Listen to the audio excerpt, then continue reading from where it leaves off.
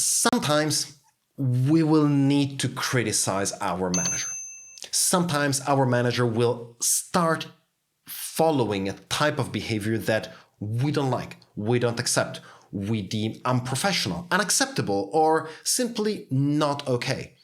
And we are going to be called to give them a piece of our mind.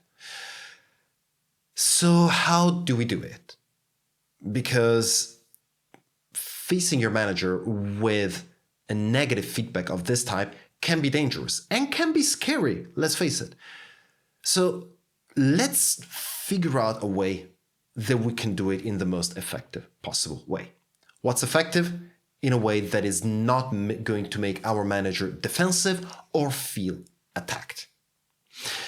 So the best way of focusing on this is to, the best way of giving this type of feedback is to focus on the other person's perspective.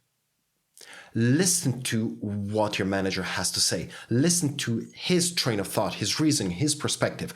Maybe it's not going to be relevant, but key here is the fact that the person needs to feel considered. And everything else will follow. So let's look at it via an example.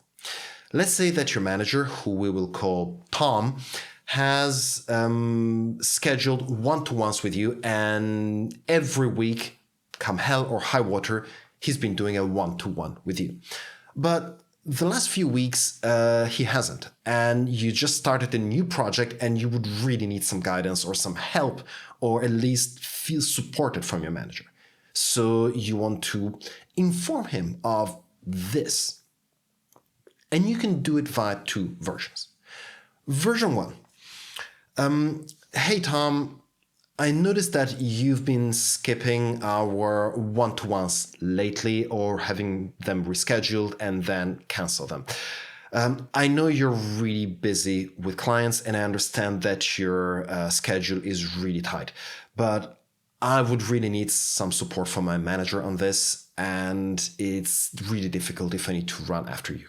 Could we please start doing them again? Second version. Hey, Tom, I've noticed that you've been skipping our one-to-ones lately or cancel them, and just wanted to check with you, is everything okay? Simple as that, but major difference. The first one, you're not considering Tom's perspective at all. You're making assumptions and you're telling Tom that, hey, a manager should be doing this. You're trying to control his behavior. And that can very easily trigger a defensive response, something that will be a complete backfiring of everything that you're trying. Whereas the other version is simply asking for Tom's perspective. If Tom is your manager, he should know about how important one-to-ones are for you. If you agreed together to work on specific topics or on specific projects, and he's not giving you the guidance he's promised, he will know the consequences. But by asking his perspective first, you let the person reason, you let the person come up with a solution, and most importantly, you don't come across as imposing or as trying to control the person's behavior.